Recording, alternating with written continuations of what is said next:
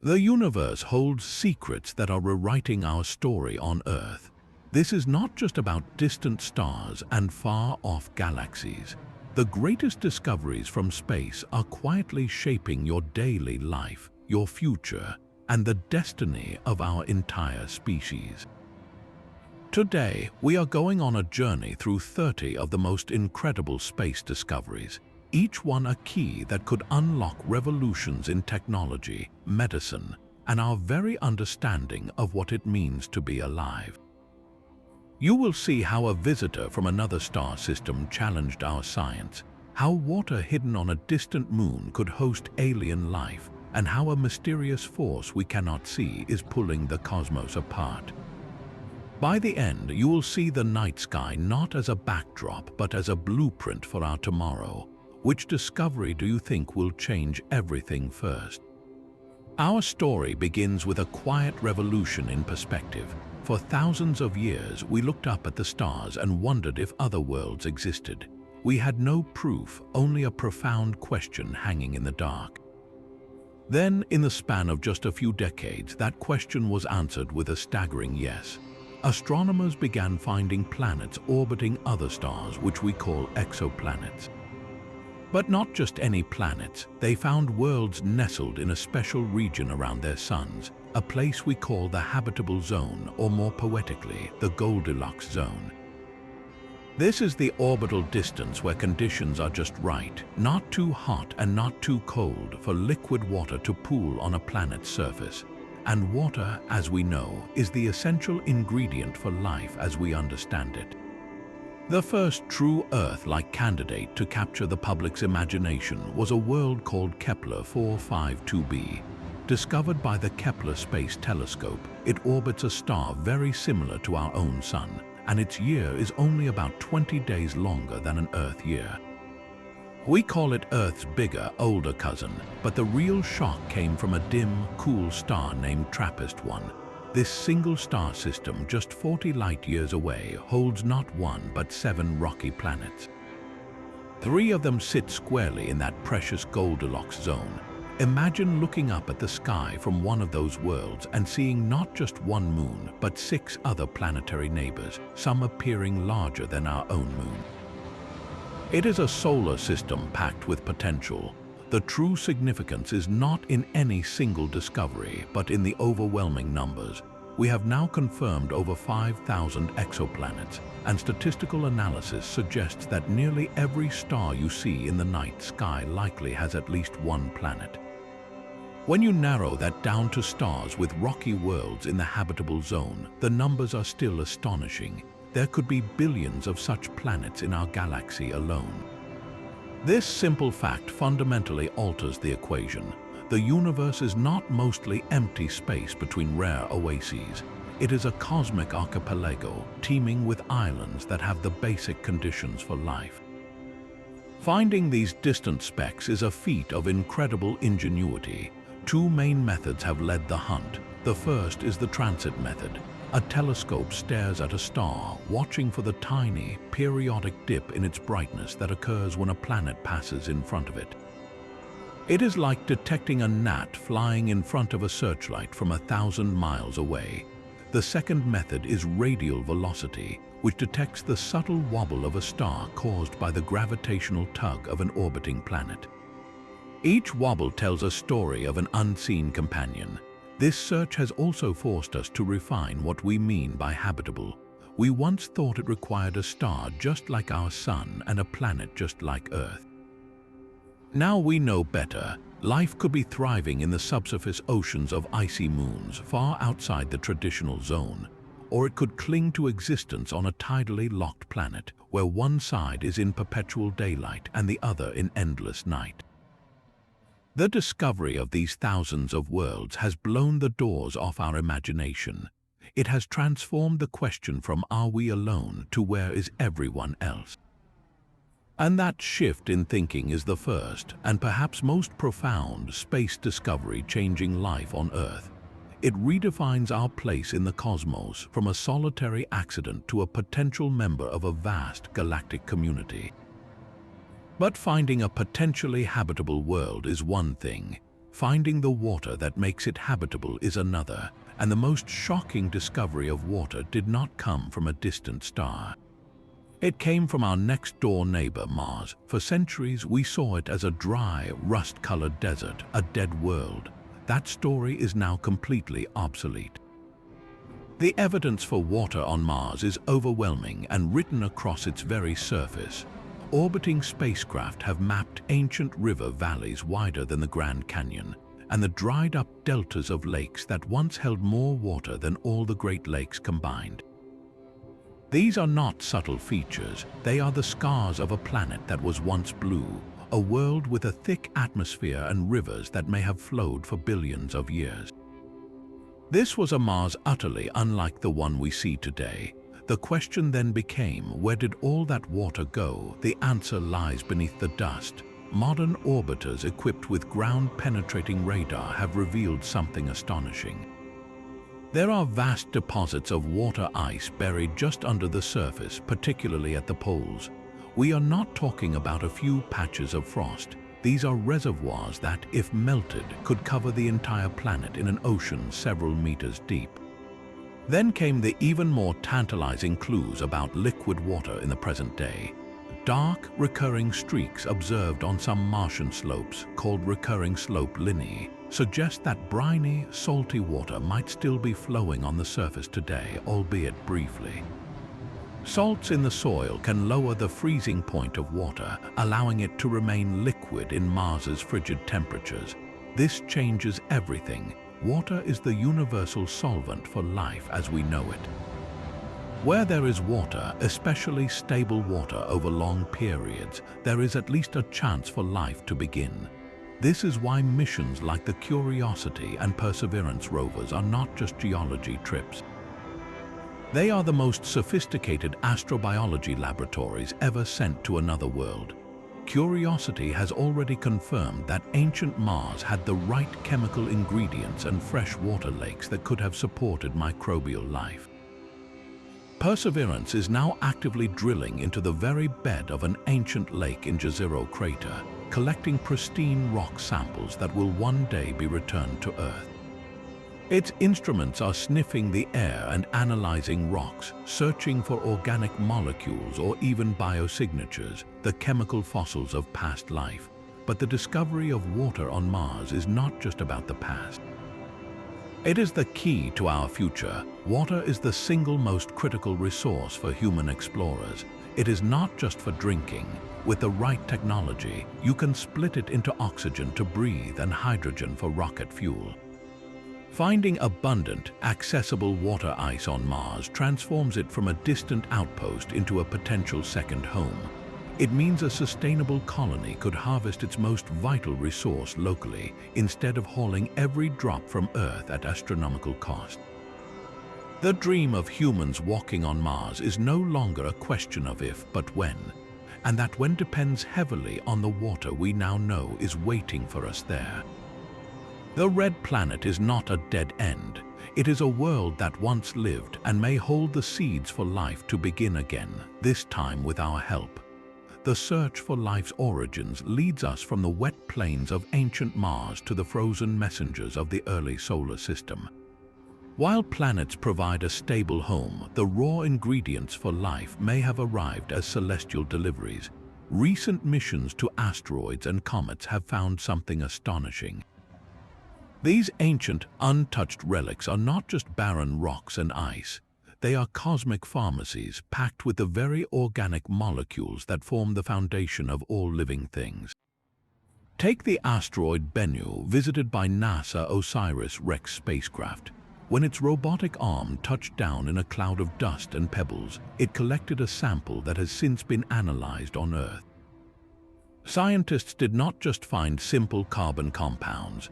They discovered a rich mixture of complex organics, including molecules crucial for biology. Most excitingly, they found signs of amino acids.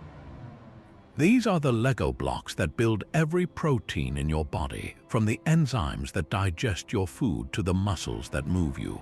Finding them on an asteroid means the universe seems to have a bias, a natural tendency to create these specific, life-friendly structures in the cold void of space. This story is echoed by the European Space Agency's Rosetta mission, which spent 2 years orbiting comet 67P Churyumov-Gerasimenko. Comets are often called dirty snowballs, leftover ice from the formation of the solar system.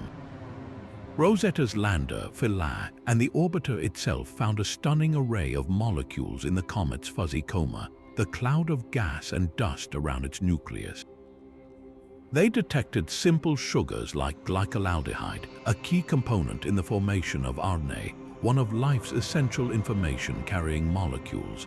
They also found the amino acid glycine, wrapped in a haze of other organic compounds. So what does this mean? It powerfully supports a theory called panspermia. This is the idea that the basic ingredients for life are not unique to Earth, but are common throughout the cosmos, hitching rides on asteroids and comets.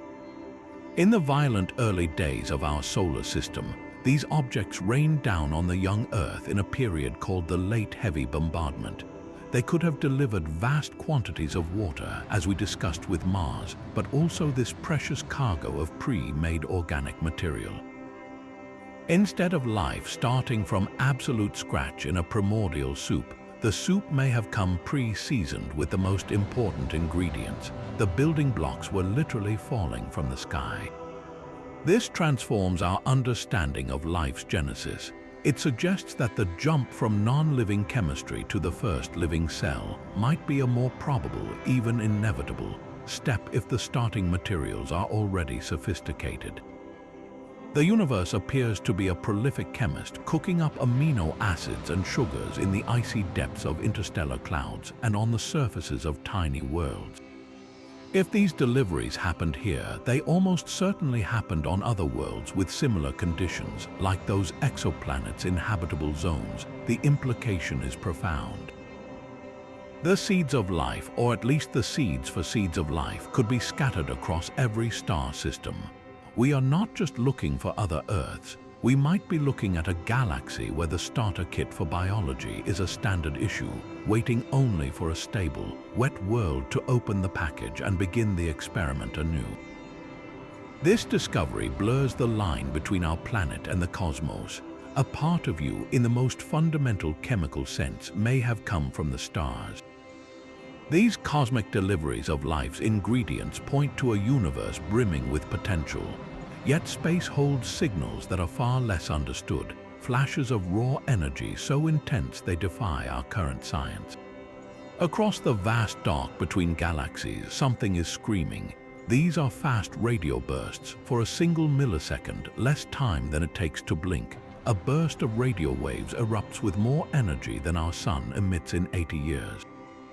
Then it is gone. The first was spotted in 2007, buried in archived data from a radio telescope in Australia. Astronomers almost dismissed it as a glitch. But then another was found, and another. Today, we have detected hundreds of these events, each one a brilliant, fleeting pinprick from a galaxy millions or even billions of light years away. The central mystery is simple and profound. What natural phenomenon can possibly create such staggering power in such an impossibly short time? The leading candidate is a type of stellar corpse called a magnetar. Imagine the core of a giant star, collapsed into a sphere the size of a city, but spinning rapidly and possessing a magnetic field 1 trillion times stronger than Earth. The crust of such a neutron star can undergo starquakes, sudden fractures that release titanic shocks, potentially powering these brief, universe-spanning flashes. Some bursts are one-off events, cosmic tantrums from a single catastrophic moment. Others repeat, flickering on and off in unpredictable patterns, ruling out any explanation involving a total destruction of the source. This repetition deepens the puzzle, pointing to an engine that can survive its own detonation and fire again. The sheer power and mystery have inevitably sparked more speculative ideas. Could these be signatures of advanced technology? The concept is not entirely dismissed by all scientists, at least as a remote possibility worth considering. A civilization with mastery over stellar energies might use focused beams for propulsion or communication. and from a cosmic distance, such a beam might sweep past our telescopes as a millisecond flash. While this is the least likely explanation, it underscores how truly alien and unexplained these signals are. They operate on a scale of energy and time that has no parallel in our human experience. But the true value of fast radio bursts is not just in their mysterious source. They are becoming powerful tools for cosmic cartography. As these bursts travel billions of light years to reach us, they pass through the diffuse gas and dust that floats between galaxies. This material, known as the missing baryonic matter, is incredibly difficult to see directly, yet it makes up a significant part of the universe's structure. The radio waves are subtly scattered and delayed by this invisible fog. By analyzing the precise fingerprint of each burst, astronomers can measure how much material it passed through, effectively using these flashes as backlights to illuminate and map the universe's hidden scaffolding. Furthermore, their immense journeys allow us to test the very fabric of reality. According to Einstein's theory, all light, regardless of its wavelength, should travel at the same speed in a vacuum. By checking if different radio frequencies from an FRB arrive at exactly the same time after a multi-billion-year trip, we can test this principle with unprecedented precision. Any deviation would shake the foundations of modern physics, so each mysterious flash is a twofold gift. It is a screaming enigma that challenges our understanding of cosmic violence, and a precise probe that helps us see the invisible threads tying the cosmos together. They remind us that the universe is not only a place of silent, ancient worlds, but also a theater of sudden, violent, and brilliant phenomena we are only beginning to comprehend. While fast radio bursts offer fleeting screams of light, the universe also speaks in deep, resonant shudders that bend reality itself. For a century, one of Albert Einstein's most profound predictions remained just that, a prediction. His theory of general relativity stated that massive objects warp the fabric of space-time, and that cataclysmic events like two black holes colliding would send ripples through this cosmic fabric. These were gravitational waves, but detecting them seemed nearly impossible. The ripples from even the most violent events in the universe would stretch and squeeze space-time by an almost unimaginably tiny amount by the time they reached Earth, a fraction of the width of a single proton. It was like trying to measure the distance to the nearest star and noticing if it changed by the thickness of a human hair. Then, on September 14, 2015, a pair of laser facilities in the United States called LIGO heard it. A distinctive chirp lasting less than a second. The signal perfectly matched the prediction for two black holes, each about 30 times the mass of our Sun, spiraling into each other and merging over 1 billion light-years away. The detection was not just a triumph of engineering. It was the moment we learned to listen to the universe with an entirely new sense. Think of it this way. For all of human history, we have studied the cosmos by observing light, from radio waves to visible light to X-rays. That is astronomy with our eyes. Gravitational wave astronomy gave us ears. We can now hear the collisions and mergers of the most extreme objects in existence. Since that first chirp, the LIGO and Virgo observatories in Europe have listened to a growing cosmic symphony. We have heard the violent dance of neutron stars, the dense cores of dead stars crashing together. That particular event in 2017 was a landmark. Not only did we hear the gravitational waves, but telescopes around the world and in space saw the brilliant flash of light and radiation from the collision, a kilonova. This multi-messenger event confirmed that these neutron star mergers are cosmic forges, creating heavy elements like gold, platinum, and uranium. The gold in your wedding ring or the uranium that powers some cities was likely born in such a cataclysmic merger, heard and seen for the first time. This new sense reveals what light cannot. Black holes, by their very definition, emit no light. Before gravitational waves, we could only infer their existence by watching how they influenced stars and gas around them. Now we can hear the moment they are born from a merger, feeling the very vibrations of space-time as they settle into a new, single, more massive black hole. We are listening to the dark universe directly. Each signal is a pure test of gravity under the most extreme conditions, allowing us to probe whether Einstein's theory holds true in these violent realms or if we need new physics. The future of this field is one of ever more sensitive listening. Planned observatories in space will detect the low-frequency hum of merging supermassive black holes at the hearts of galaxies, events that unfolded over billions of years. We are no longer just stargazers. We have become eavesdroppers on the fundamental vibrations of reality, hearing the echoes of collisions that shape the cosmos and even the very atoms that make up our world. Our new sense of hearing the cosmos was soon followed by a visitor we could see. In October 2017, a telescope in Hawaii spotted a faint point of light moving at incredible speed. Its trajectory was unlike anything seen before. It was not orbiting our sun. It was passing through, a cosmic tourist on a one-way trip from the depths of interstellar space. They named it Oumuamua, a Hawaiian word meaning scout from the distant past. It was the first confirmed object from another star system ever observed in our own. As astronomers scrambled to study it before it vanished forever, its strangeness only deepened. First, there was its shape. By measuring how its brightness changed dramatically as it tumbled, scientists deduced it was highly elongated, perhaps 10 times as long as it was wide. Imagine a cosmic cigar or a pancake tumbling through the void, an architecture utterly unlike any asteroid or comet we know in our solar system, which tend to be more lumpy and round. Second, and more puzzling, was its motion. As it hurtled away from the sun, it accelerated slightly, just a tiny bit faster than gravity alone could explain. Comets do this all the time. Their ice is heating up and jetting gas like a weak rocket engine, which gives them a push. But Oumuamua showed no visible coma, no cloud of gas and dust around it. Our telescope saw no signs of outgassing at all. It was a rock that acted like a comet but looked like an asteroid. This non-gravitational acceleration sparked a fierce and fascinating scientific debate. The hunt was on for a natural explanation. One compelling idea is that Oumuamua was a hydrogen iceberg.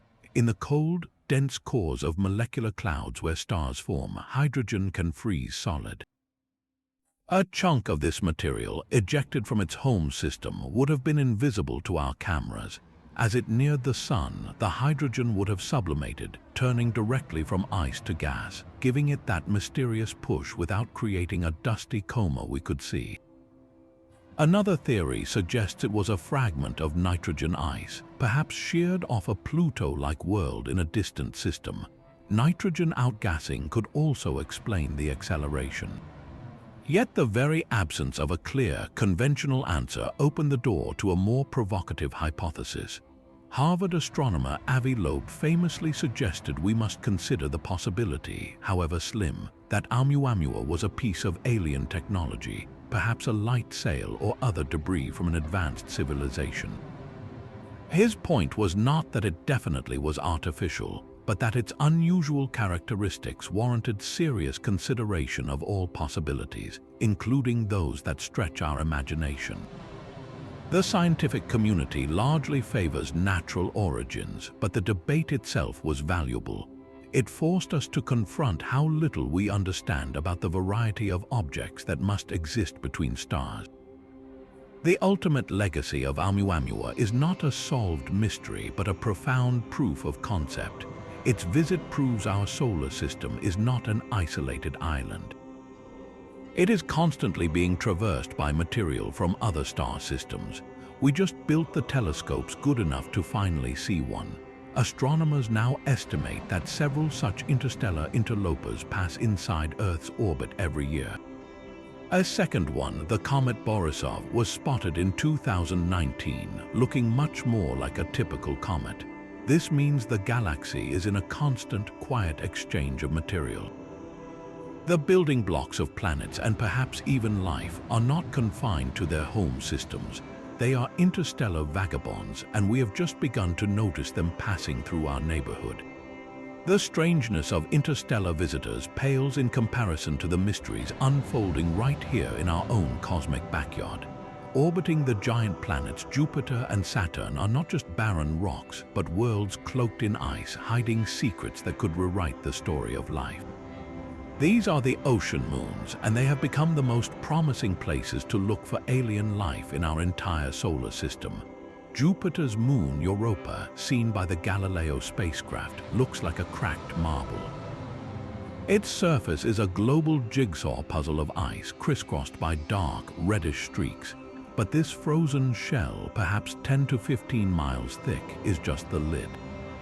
Beneath it, the Galileo probe found compelling evidence of a global, salty ocean, kept liquid by the relentless gravitational squeezing of Jupiter. This is not a small sea. Scientists estimate Europa's subsurface ocean contains more than twice the volume of all the water on Earth. Imagine a world where the entire surface is ice, and beneath it lies a dark, abyssal ocean 100 kilometers deep, covering the entire globe. It is a water world in the truest sense, and where there is stable, liquid water and energy, the possibility for life emerges. The cracks on the surface are likely caused by the tidal forces and the ocean below, with warmer, slushy ice welling up from the depths, carrying materials that might nourish a hidden biosphere. The reddish stains could be salts or organic compounds painted on the surface from below. Europa's ocean is thought to be in direct contact with a rocky seafloor, which means hydrothermal vents, like those on Earth's ocean floor that support entire ecosystems without sunlight, could be pumping heat and minerals into the water. This is a recipe that worked once before, right here on our own planet. But Europa is not alone in its promise. Around Saturn, the tiny moon Enceladus, no bigger than the British Isles, delivered one of the most stunning discoveries of the space age.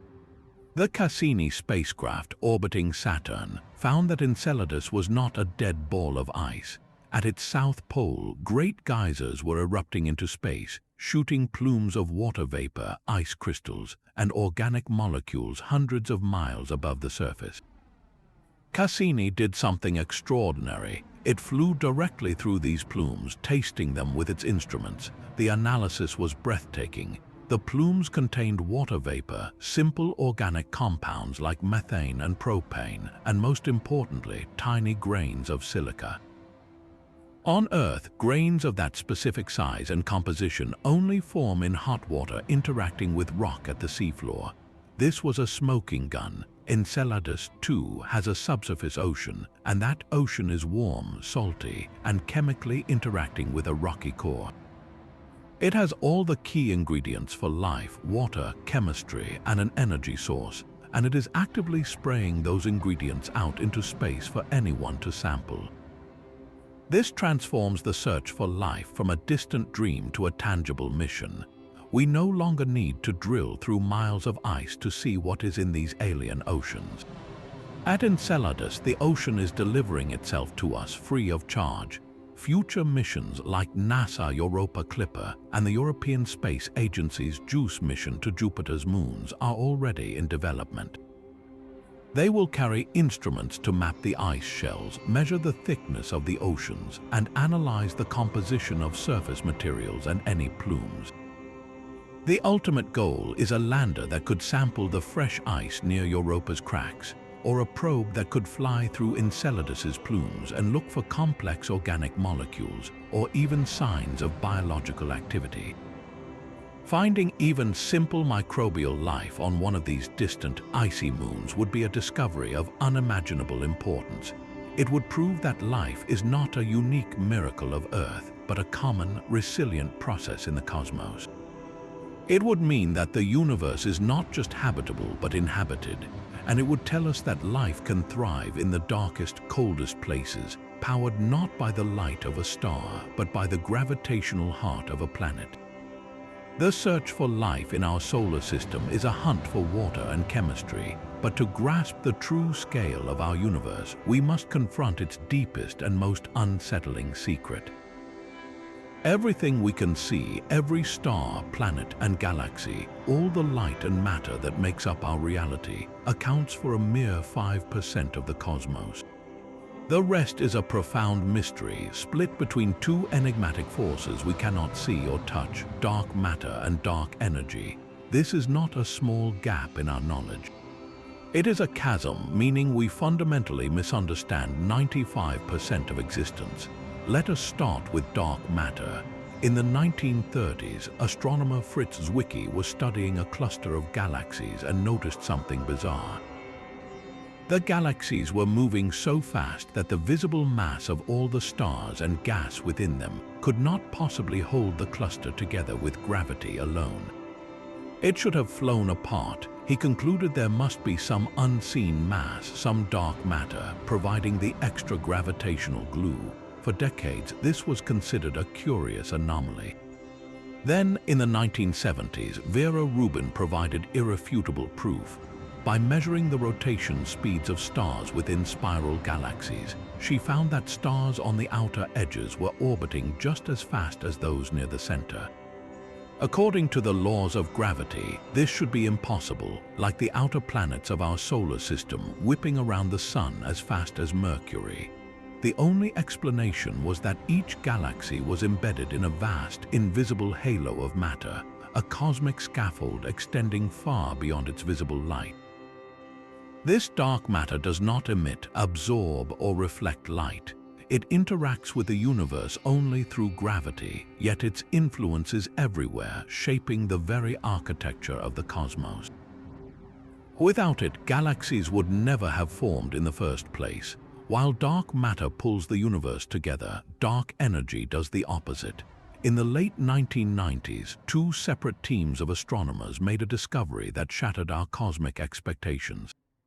By observing distant supernovae, the explosive deaths of white dwarf stars, they were measuring how fast the universe was expanding. They expected to find that the expansion was slowing down over time, pulled back by the collective gravity of all the matter in the cosmos. Instead, they found the expansion was speeding up. Something was pushing galaxies apart with ever-increasing force. This something was dubbed dark energy. It behaves like a property of empty space itself, a kind of anti-gravity that grows stronger as the universe expands and creates more space. The evidence for this accelerating expansion is etched into the oldest light we can see, the cosmic microwave background radiation. This faint afterglow from the Big Bang, a snapshot of the infant universe, shows tiny temperature fluctuations that precisely match a universe made of about 5% normal matter, 27% dark matter, and a staggering 68% dark energy. The implications are staggering. Dark energy determines the ultimate fate of everything. If it continues to dominate, the acceleration will increase forever. In a distant future, galaxies outside our own local group will be pushed away so fast their light will never reach us. The universe will become a cold, dark, and lonely place, with islands of galaxies isolated in an ever-expanding void. Understanding these twin mysteries is the greatest challenge in modern physics. We have no idea what dark matter particles are, though experiments deep underground are trying to catch one. We have no idea why dark energy has the strength it does. Solving these puzzles could unlock a new theory of physics, a deeper understanding of gravity, or reveal entirely new dimensions of reality. We are like sailors mapping an ocean, finally realizing we have only been charting the foam on the waves, while the immense dark depths below remain utterly unknown. Our cosmic neighborhood holds a secret just next door. While we dream of oceans on distant moons, a potentially habitable world orbits the very star closest to our Sun. Just over 4 light-years away, in the constellation Centaurus, lies a faint red dwarf star called Proxima Centauri. In 2016, astronomers made a stunning announcement. Orbiting this dim star was a rocky world, Proxima Centauri b, a planet with a mass at least 1.3 times that of Earth, sitting squarely within the star's habitable zone. Here, suddenly, was an Earth-like world practically on our doorstep. The discovery sent a shockwave of excitement and intense scrutiny through the scientific community. Proxima b is what we call a super-Earth, a category of planet larger than our own but smaller than the ice giants like Neptune. A year on this world is a mere 11 Earth days as it whips around its parent star in a very tight orbit. But because Proxima Centauri is a cool, dim red dwarf, that close orbit still places it in the region where temperatures could allow liquid water to exist. The possibility of a temperate planet so close is incredibly alluring, but the reality of life on Proxima b would be utterly alien. The planet is almost certainly tidally locked. This means one side of the planet forever faces its star in perpetual, scorching daylight, while the other side is locked in eternal, frigid night. You might picture a narrow band of twilight between these two extreme hemispheres, a Terminator line where conditions could be just right. But the challenges do not end there. Red dwarf stars like Proxima Centauri are notoriously volatile. They frequently erupt with powerful stellar flares, blasting their planets with intense bursts of X-ray and ultraviolet radiation, hundreds of times stronger than anything Earth receives from our Sun. For life as we know it, this is a harsh environment. Such radiation could strip away a planet's atmosphere over time and sterilize its surface, yet nature is resilient. If Proxima b has a strong magnetic field like Earth's, it could deflect some of this deadly radiation. A thick atmosphere could also provide shielding and help distribute heat from the day side to the night side, potentially creating more temperate conditions across the globe. There is even speculation that a global ocean on the day side could transfer heat, preventing the planet from becoming a world of extremes. The very fact that we are debating these possibilities for a planet just 4 light-years away is revolutionary. Proxima b is not just a scientific target, it is a beacon for our ambitions. Its discovery has galvanized projects that once seemed like pure science fiction. Most notable is Breakthrough Starshot, a research initiative that aims to send a fleet of tiny, gram-scale probes to the Alpha Centauri system, which includes Proxima Centauri. The concept is breathtaking. These nanocraft will be equipped with tiny cameras and sensors, then propelled by powerful, Earth-based lasers pushing on ultra-thin light sails. The goal is to achieve speeds of up to 20% the speed of light. At that velocity, the journey to Proxima would take just about 20 years. Within a single generation, we could receive close-up images and data from another star system. While monumental engineering challenges remain, from building the laser array to protecting the probes from interstellar dust, the vision is now part of a serious scientific roadmap. Proxima Centauri b transformed our cosmic perspective. It showed us that potentially habitable worlds are not only abundant in the galaxy, but one might be our nearest neighbor. It shifted interstellar travel from a distant dream for millennia to a goal that could, with immense effort, be pursued within this century. This small, dim star and its hidden companion represent the ultimate test. Can life survive in such a harsh environment? And do we, as a species, have the ingenuity to reach out and finally touch another world among the stars? The search for life on a world next door reveals how much we still have to learn about our own cosmic home. For generations, our solar system map ended neatly at Pluto, a lonely sentinel in the dark.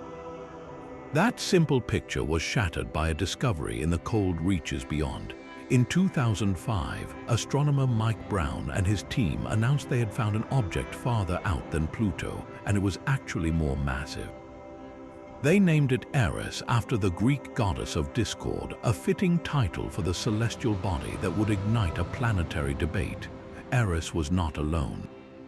It was simply the largest member of a vast, uncharted territory we now call the Kuiper Belt, a donut-shaped ring of icy debris left over from the formation of the solar system. Suddenly, Pluto was not a unique planet at the edge. It was the king of this icy realm, but just one of countless similar objects. This forced a profound and painful reckoning. If we called Pluto a planet, then we would have to grant that status to Eris and potentially dozens, even hundreds, of other Kuiper belt objects as our telescopes improved. The International Astronomical Union faced a dilemma and made a historic decision in 2006. They established a new definition for a planet. A true planet must orbit the Sun, be round due to its own gravity, and crucially, it must have cleared its orbital neighborhood of other significant debris. Pluto, sharing its cosmic highway with thousands of other Kuiper belt objects, failed this final test. It was reclassified as a dwarf planet. While this felt like a demotion to many, it was actually a promotion for our understanding. Pluto was no longer an oddball at the end of the line. It became a gateway, the most famous resident of an entire new class of solar system objects, a frozen archive holding secrets from the dawn of our sun. We did not just lose a planet, we gained a frontier. The desire to explore this frontier led to one of NASA's most ambitious missions, New Horizons. After a 9-year journey covering more than 3 billion miles, the spacecraft finally reached Pluto in July 2015. The images it sent back were not of a dead, cratered ice ball. They revealed a stunningly complex and active world. Pluto had towering mountains of water ice, as hard as rock at those temperatures, soaring over 2 miles high. It had vast, smooth plains of frozen nitrogen, carbon monoxide, and methane, shaped into strange polygonal cells by slow convection currents from a warm interior. Most astonishingly, Pluto showed signs of recent geological activity, with surfaces that looked freshly resurfaced, hinting at a possible subsurface ocean or residual internal heat. The dwarf planet even had a thin, hazy atmosphere and blue skies, created by the scattering of sunlight by tiny organic particles called tholins. This was not a relic. It was a living, changing world, but New Horizons was not finished. It pushed deeper into the Kuiper belt, aiming for a small, distant object named Arrokoth. On New Year's Day 2019, it flew past this ancient body, revealing a shape unlike anything we had seen before. Arrokoth looked like two flattened snowmen gently stuck together, a contact binary. Its smooth, unblemished surface and pristine red color told a clear story. This object was a fossil, a preserved remnant of the very first building blocks of planets, formed gently from a cloud of pebbles over 4 billion years ago. It had never been heated or violently disrupted.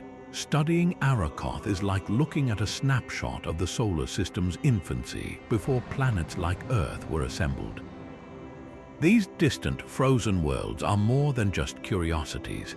They are the solar system's original storage lockers. The Kuiper belt and the even more distant Oort cloud are the reservoirs from which comets are flung inward. When these icy bodies bombard the inner planets, as they did in the solar system's youth, they deliver two crucial gifts: water and the organic molecules we discussed earlier. The water in Earth's oceans, the carbon in our bodies, the nitrogen in our air, much of it was likely delivered by these primordial messengers from the cold outer dark. So, the redefinition of our solar system was not a loss. It was an expansion of our vision. By understanding Pluto, Eris, and Arrokoth, we are reading the first chapter of our own story, written in ice and preserved in the deep freeze of space.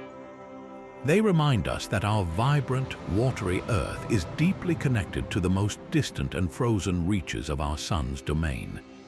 The frozen relics at the edge of our solar system are preserved in a deep, timeless chill. But to understand the forces that truly govern our cosmic neighborhood, we must journey to the opposite extreme. A spacecraft named for astrophysicist Eugene Parker is doing what was once considered impossible, flying into the atmosphere of our sun. The Parker Solar Probe is a mission of breathtaking audacity, a shield-shaped vessel built to survive a hellish descent. Its goal is not just to observe the sun from a safe distance, but to plunge directly into its million-degree outer atmosphere, the corona, and touch the very star that gives us life. For decades, a fundamental solar mystery puzzled scientists. The sun's visible surface, the photosphere, simmers at around 10,000 degrees Fahrenheit. Yet, just above it, the wispy corona inexplicably heats up to millions of degrees. It is as if the air around a candle were hundreds of times hotter than the flame itself. How does this happen? What forces superheat this plasma and, in doing so, generate the solar wind, that relentless stream of charged particles that flows outward and bathes the entire solar system? Parker was built to find out. To reach its target, the probe performed a series of gravity-assist maneuvers around Venus, tightening its orbit with each pass, eventually swinging closer to the Sun than any human-made object in history. At its closest approach, it hurtles within just 4 million miles of the solar surface, traveling at nearly 430,000 miles per hour, fast enough to fly from New York to Tokyo in under a minute. To survive, the spacecraft hides behind a revolutionary heat shield made of carbon composite foam, facing temperatures that could melt steel while keeping its instruments in the shadow, a comfortable 85 degrees Fahrenheit. The data it has sent back has already rewritten solar textbooks. One of its first major discoveries pinpointed the exact birthplace of the fast solar wind. Scientists traced the wind's origin to small, transient holes in the corona, called coronal holes, where the sun's magnetic field lines stretch open into space, allowing plasma to stream out at incredible speeds. But the more startling find was the discovery of bizarre magnetic structures dubbed switchbacks. These are sudden, massive zigzags in the sun's magnetic field, where the field lines fold back on themselves in sharp, S-shaped kinks.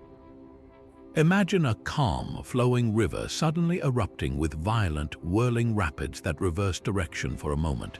These switchbacks are thought to be a key mechanism for transferring energy and heating the corona, solving part of that ancient temperature riddle.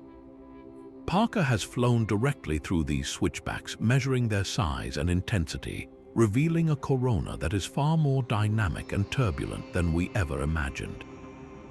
This is not just abstract science. Understanding these solar tantrums is a matter of planetary security.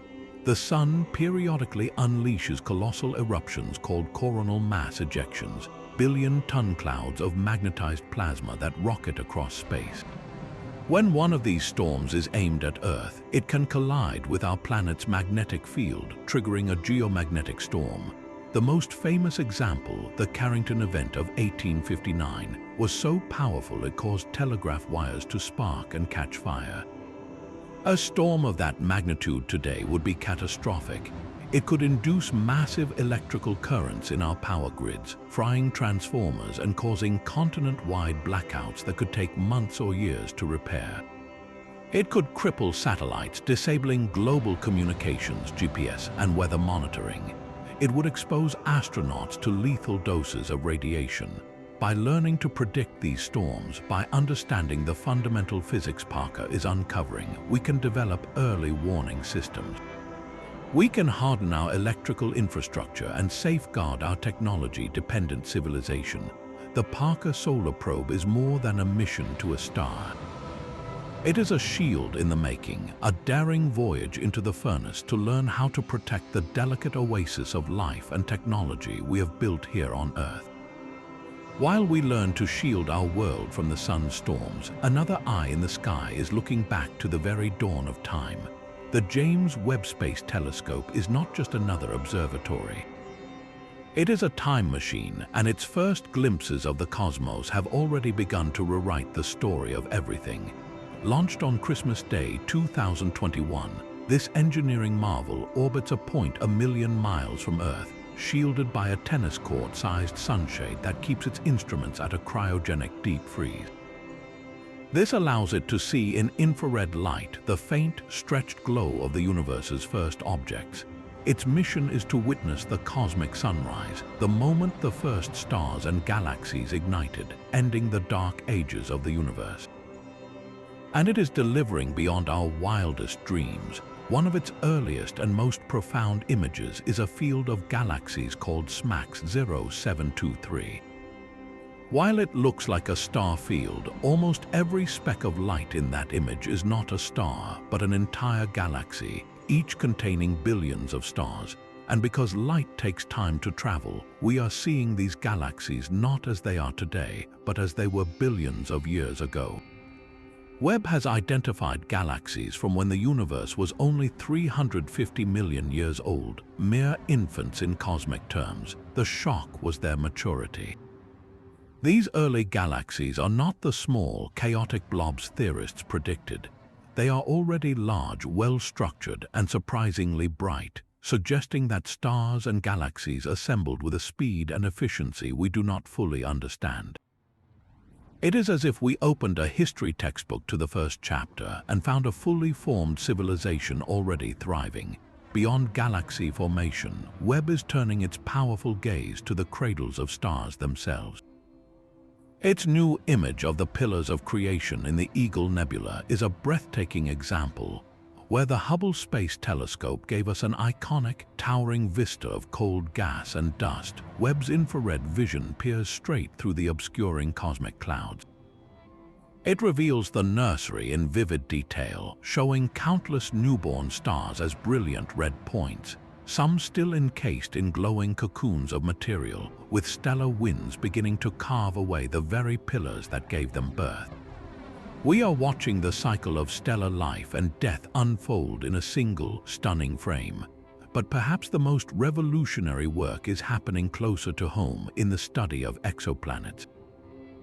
Webb is a master atmospheric chemist. When a distant planet passes in front of its star, a tiny fraction of the star's light filters through the planet's atmosphere. Webb can split that light into a rainbow, a spectrum. Different molecules in the atmosphere absorb specific colors, leaving dark fingerprints in the light. Webb has already analyzed the atmosphere of a gas giant named WASP-39b, over 700 light-years away. In a single observation, it detected a full chemical inventory, confirming the presence of water vapor, sodium, potassium, and for the first time from space, clear signs of carbon dioxide. This is a monumental leap. Carbon dioxide is a key component that can tell us about a planet's formation and climate. The telescope has even spotted potential biosignature gases like methane and carbon dioxide together in an exoplanet's air, combinations that on Earth can be produced by living processes. While these are not signs of life yet, they prove Webb has the sensitivity to look for them. The telescope is also finding surprises in our own solar system, detecting water ice and complex organic molecules on asteroids and moons. Each week seems to bring a new revelation that challenges an old assumption. The James Webb Space Telescope is more than a tool.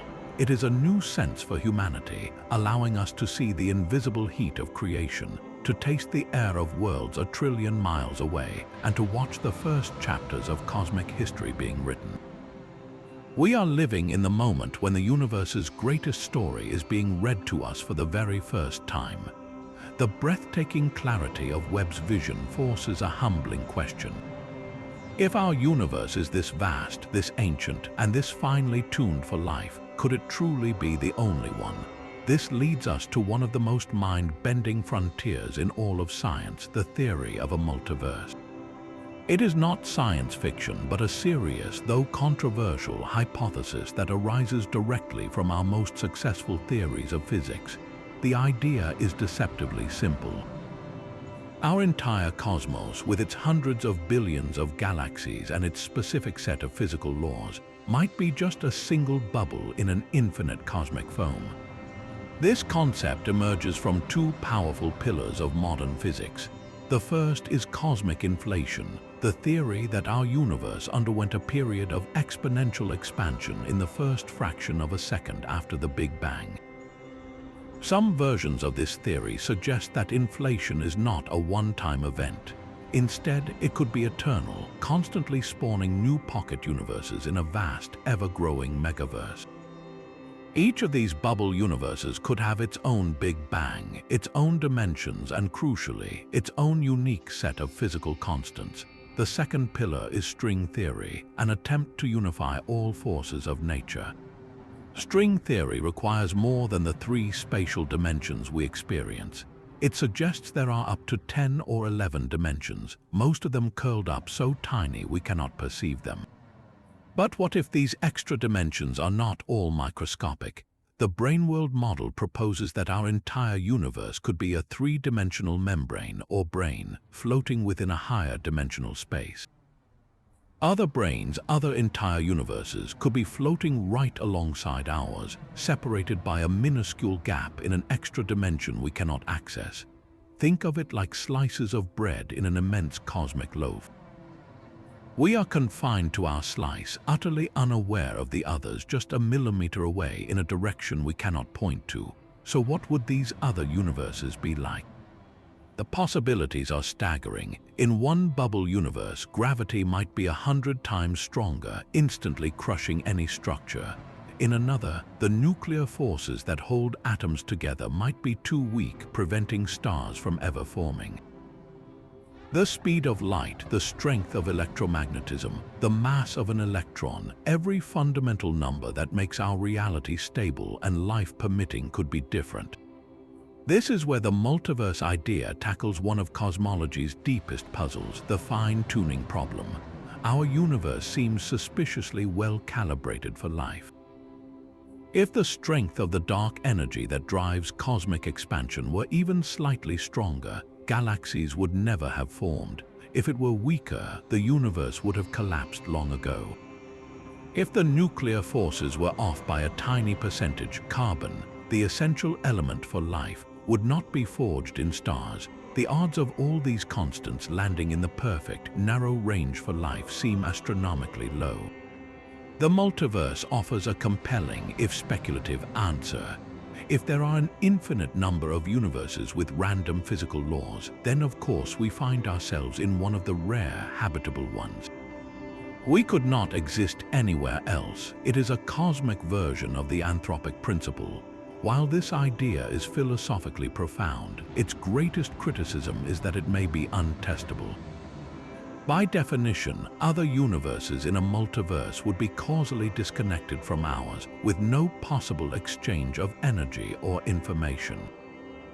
How can we ever prove something we can never observe or interact with? Some theorists suggest indirect evidence might be found, like a strange pattern in the cosmic microwave background that could be the imprint of a collision with another bubble universe in the distant past. Others look for mathematical consistency, seeing if the multiverse is a natural, perhaps inevitable, prediction of our most elegant physical theories. Whether it is ever proven or not, the multiverse hypothesis represents a radical shift in perspective.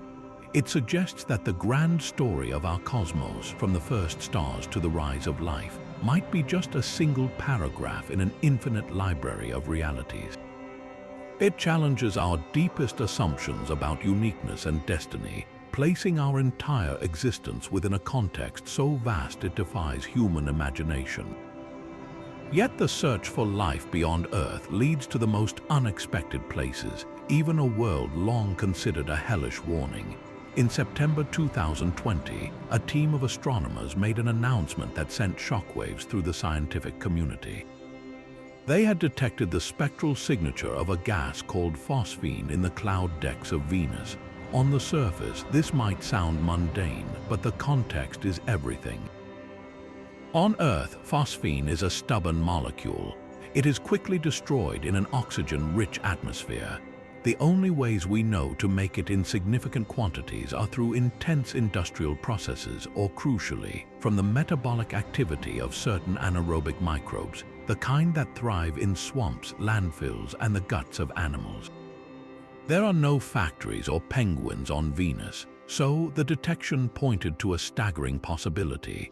Could there be microbial life floating in the temperate, acidic clouds of our sister planet?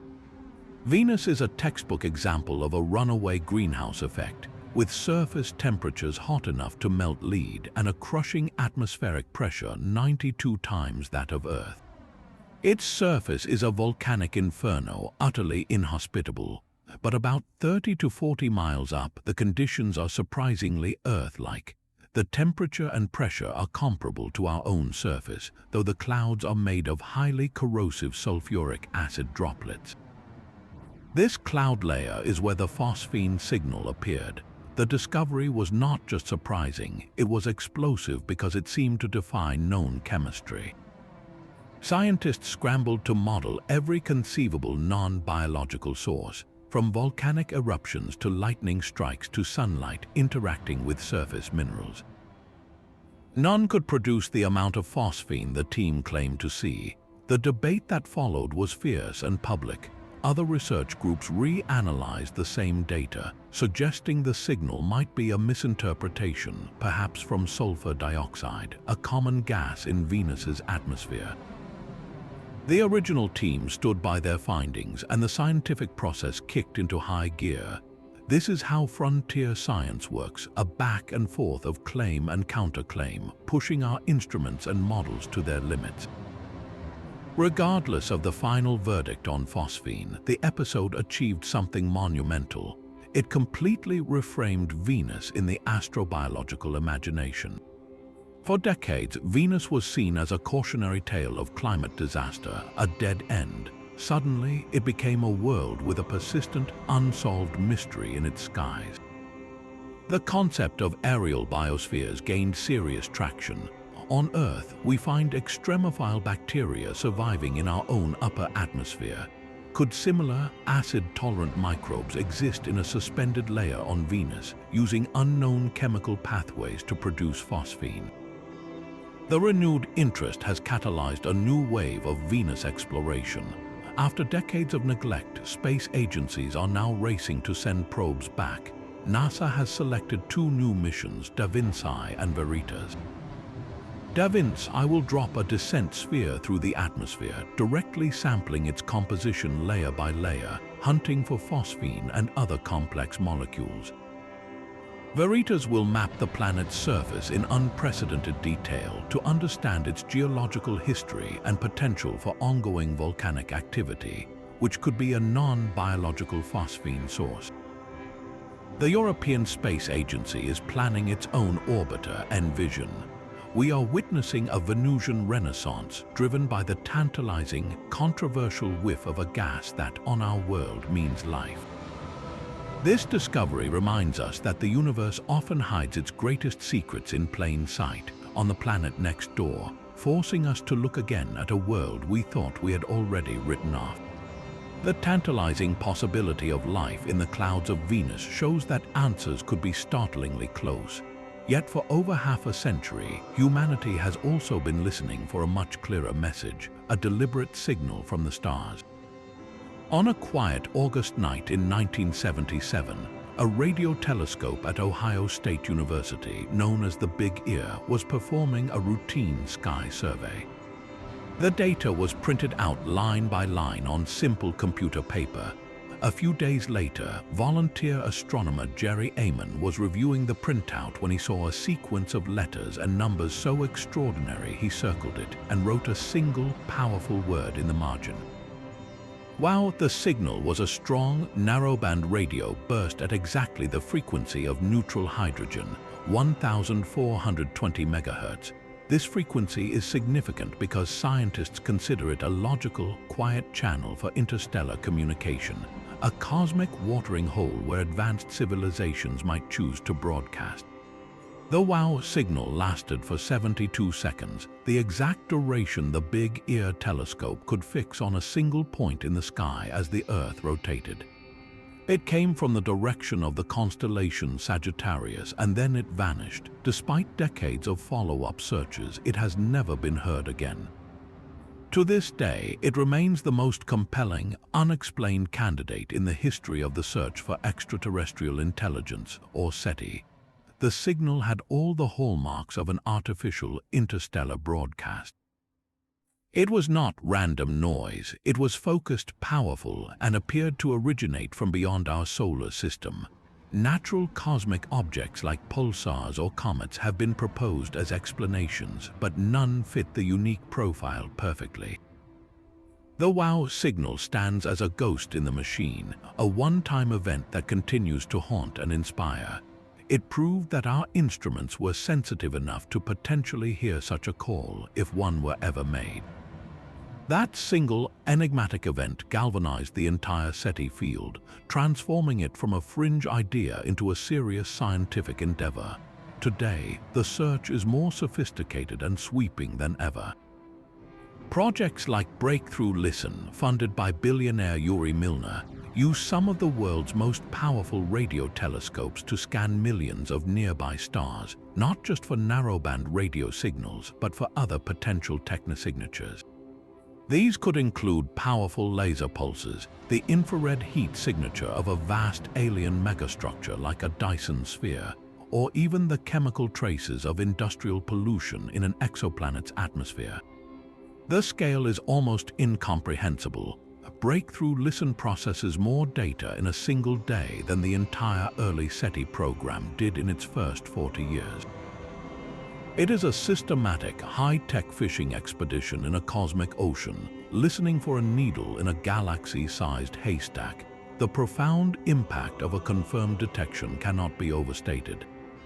It would be the single most transformative discovery in human history. A verified signal would carry one immediate, universe-shaking message: we are not alone. The philosophical, religious, and scientific implications would ripple through every society on Earth overnight. It would force us to confront fundamental questions about intelligence, technology, and our own place in cosmic history. Are we young and naive or late to the galactic party? Would the message contain decipherable information, a blueprint, a warning, or simply a beacon saying I am here? The search itself, even in its silence, has already changed us.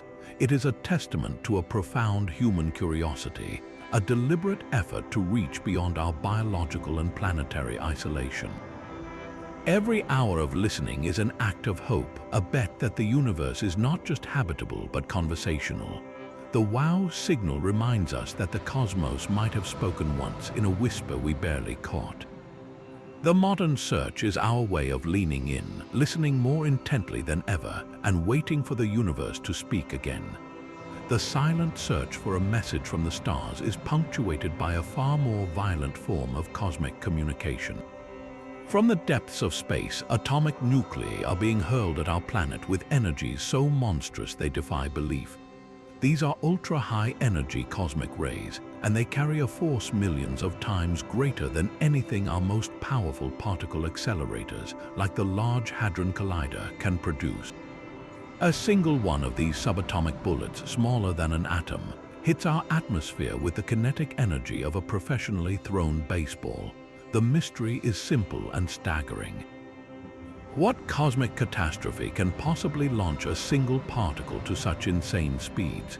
These are not the steady, lower-energy cosmic rays that constantly rain down from our sun or distant supernova.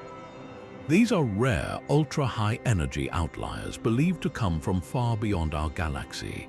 Detecting them is an epic challenge. They are far too energetic to be steered by magnetic fields, so they should travel in nearly straight lines, pointing like a cosmic arrow back to their source. Yet when astronomers trace their paths backward, they find no obvious monster at the end of the line. No brilliant quasar, no collapsing star, nothing that obviously matches the required power. The leading suspects are the most violent engines in the universe. One candidate is the supermassive black hole at the center of an active galaxy, where matter spiraling into oblivion could create jets of plasma capable of accelerating particles to these extremes. Another is the merger of neutron stars, or a hypernova, a gamma-ray burst so powerful its beam could, for a fleeting moment, outshine every other star in the universe combined. But the evidence remains elusive. To catch these elusive particles, scientists have built the largest scientific instruments on Earth. Since these cosmic rays smash into the upper atmosphere, they create a cascading shower of billions of secondary particles that spread out over miles. The Pierre Auger Observatory in Argentina covers an area the size of Rhode Island with over 1,600 water tanks. When the shower particles zip through the pure water in these tanks, they produce a faint blue flash of light called Cherenkov radiation. An array of telescopes watches the sky above, capturing the faint ultraviolet glow of the shower developing in the air itself. By combining these two views, the observatory can reconstruct the energy, direction, and type of the original cosmic bullet. Despite this monumental effort, these events are so rare that the observatory might detect only one per square kilometer per century. The puzzle deepens because these ultra-high energy particles should not be able to travel vast cosmic distances at all. Space is not empty. It is filled with the faint glow of the cosmic microwave background radiation, the leftover heat from the Big Bang. A proton traveling at such a colossal energy should collide with these low-energy photons, losing its energy over a relatively short distance, a limit called the Greisen-Zatsepin-Kuzmin or Giesecke cutoff. The fact that we detect them means either they come from relatively nearby sources within our cosmic neighborhood, which we have not identified, or our understanding of particle physics at these extreme energies is incomplete. Perhaps they are not protons at all, but heavier atomic nuclei like iron, which interact differently. Or maybe they are signs of exotic, unknown particles predicted by theories beyond the standard model of physics. Every time one of these rare events is recorded, it is a message from a cosmic battlefield of unimaginable ferocity. Studying them is not just about finding their source. It is about using them as natural probes to test the laws of physics under conditions we could never hope to recreate in a laboratory. They are free samples from the universe's most powerful particle accelerators, firing bullets of pure energy across billions of light years. Solving their origin would not only point to a new class of celestial phenomenon, it would reveal the ultimate limits of acceleration in our universe, showing us the absolute ceiling of cosmic power. For centuries, black holes were ghosts in the equations of physics, predicted but never seen. All of that changed on a spring day in 2019, when scientists unveiled a single, blurry orange ring that instantly became an icon. This was the first direct image of a black hole, the supermassive giant at the heart of the galaxy Messier 87, 55 million light-years away. That glowing donut of light was not the black hole itself, for a black hole, by definition, emits nothing. It was the silhouette of the event horizon, the point of no return, etched against the fiery maelstrom of its own accretion disk. Capturing this image was an achievement that once seemed pure fantasy. A black hole is so compact and so distant that seeing its shadow is like trying to photograph a donut on the surface of the moon from Earth. No single telescope on our planet possesses that kind of resolution. So astronomers did something audacious. They linked 8 radio observatories across the globe, from the high deserts of Chile to the volcanoes of Hawaii to the frozen peaks of the South Pole, creating a virtual telescope the size of our entire planet. This network, called the Event Horizon Telescope, synchronized by atomic clocks, all pointed at M87 for several nights in 2017. They collected a mountain of raw data, so immense it had to be shipped on physical hard drives to central processing centers. It then took 2 years of meticulous work by hundreds of scientists to piece together the fragments into that historic image. The result was a perfect confirmation of Einstein's general relativity. The size and shape of the shadow-matched predictions made a century earlier, showing how the black hole's immense gravity warps spacetime and bends the light around it into that distinctive ring. But the image was more than just a trophy for physics. It was a new window into how these cosmic monsters behave. The bright, lopsided ring told a story of violent motion. The material in the accretion disk, superheated gas and dust spiraling inward at nearly the speed of light, glows ferociously. The side of the ring that appears brighter is the part of the disk coming toward us, its light boosted by an effect called relativistic beaming, while the dimmer side is moving away. This allows scientists to measure the spin and orientation of the black hole.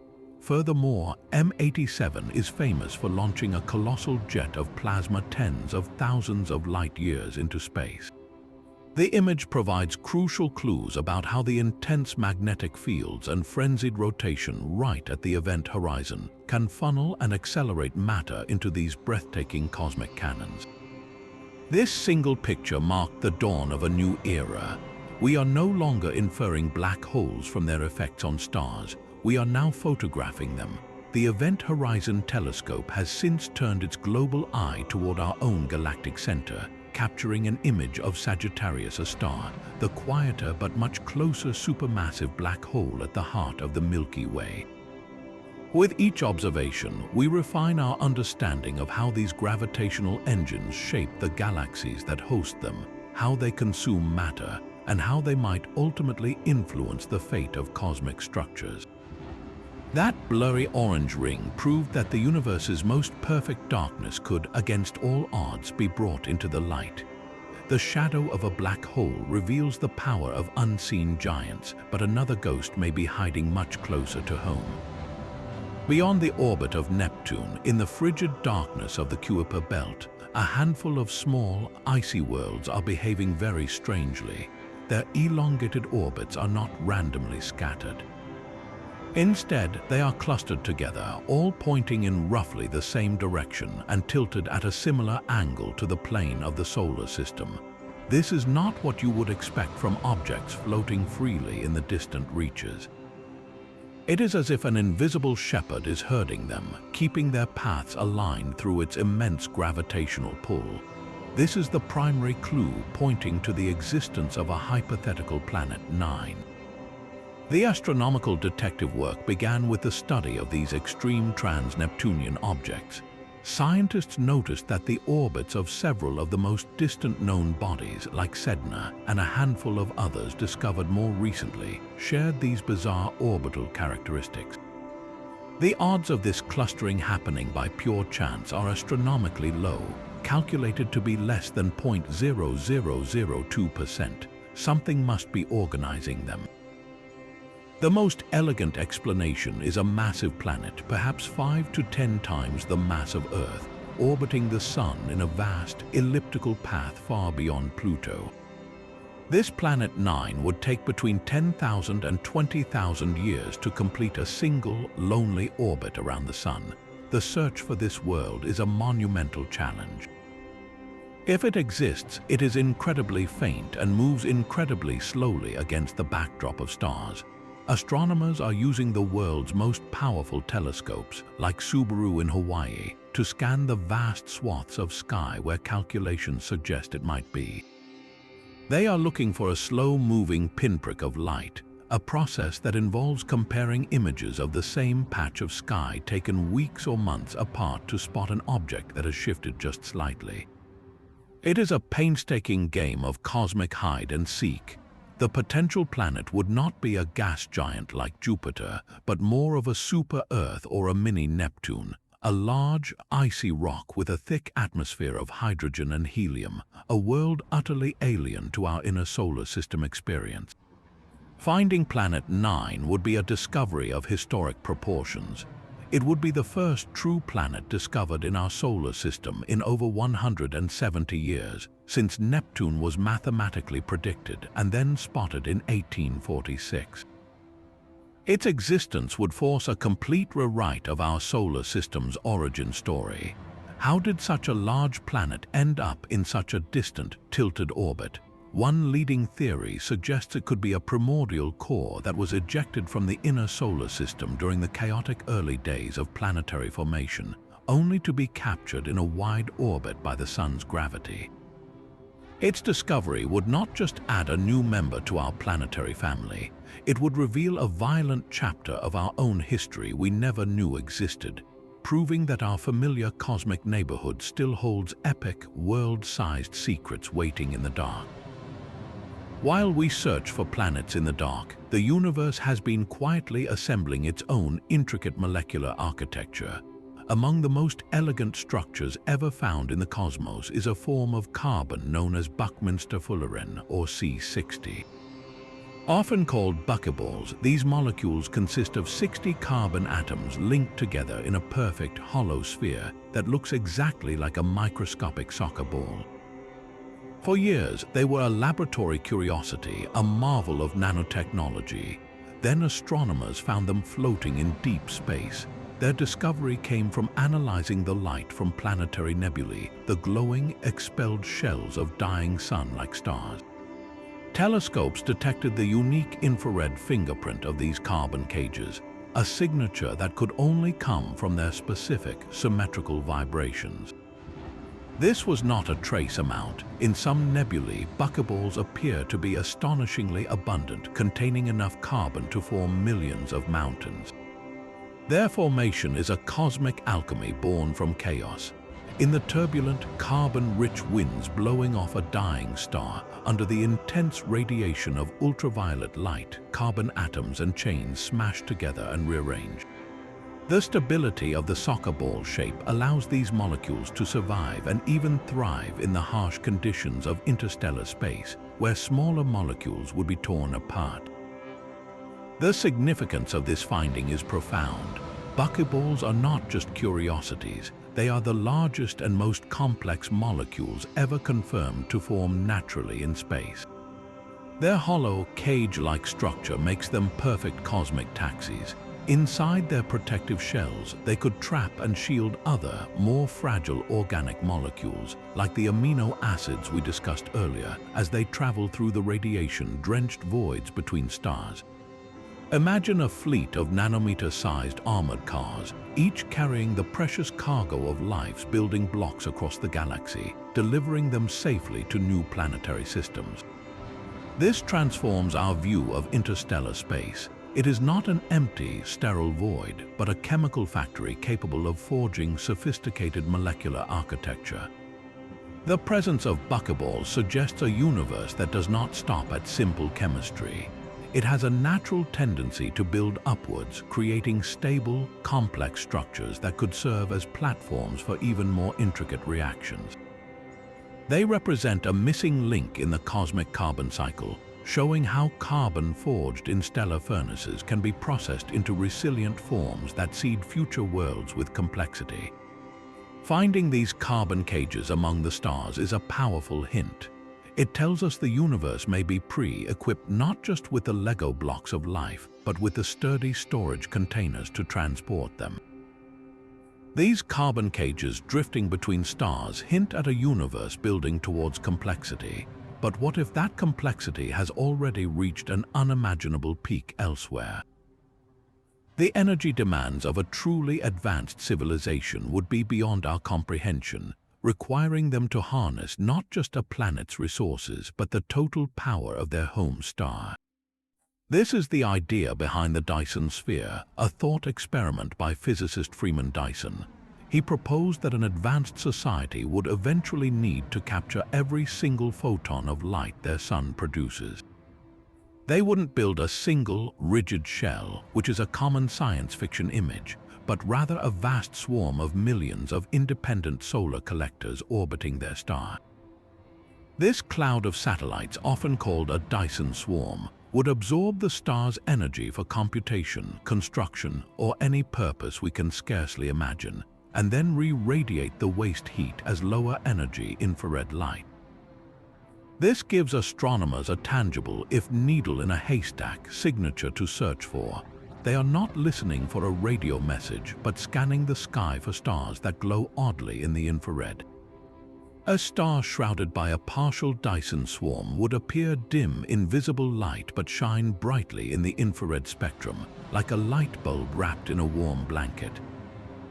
Several candidate stars have been identified with unusual flickering or infrared excesses that defy easy natural explanation. The most famous is Tabby's star, or KIC 8462852, which showed bizarre, dramatic dips in brightness up to 22%, something a planet could never cause. While most scientists now believe a dusty debris cloud or a swarm of comets is the likely culprit, the intense study it provoked shows how seriously this search is taken. This hunt places such a civilization on the Kardashev scale, a method of classifying technological advancement by energy use. A Type 1 civilization harnesses all the energy available on its home planet. We are not quite there yet. A Type 2 civilization captures the total energy output of its star, precisely the domain of a Dyson sphere. A Type 3 civilization would command the energy of an entire galaxy.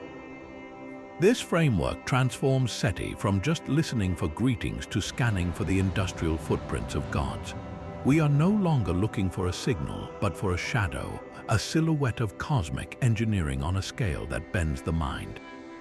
It is a search for evidence that someone, somewhere, has already solved the problems of survival and growth that we are only beginning to face, and in doing so, has begun to rearrange the very architecture of their solar system. Mars holds a scent it should not have.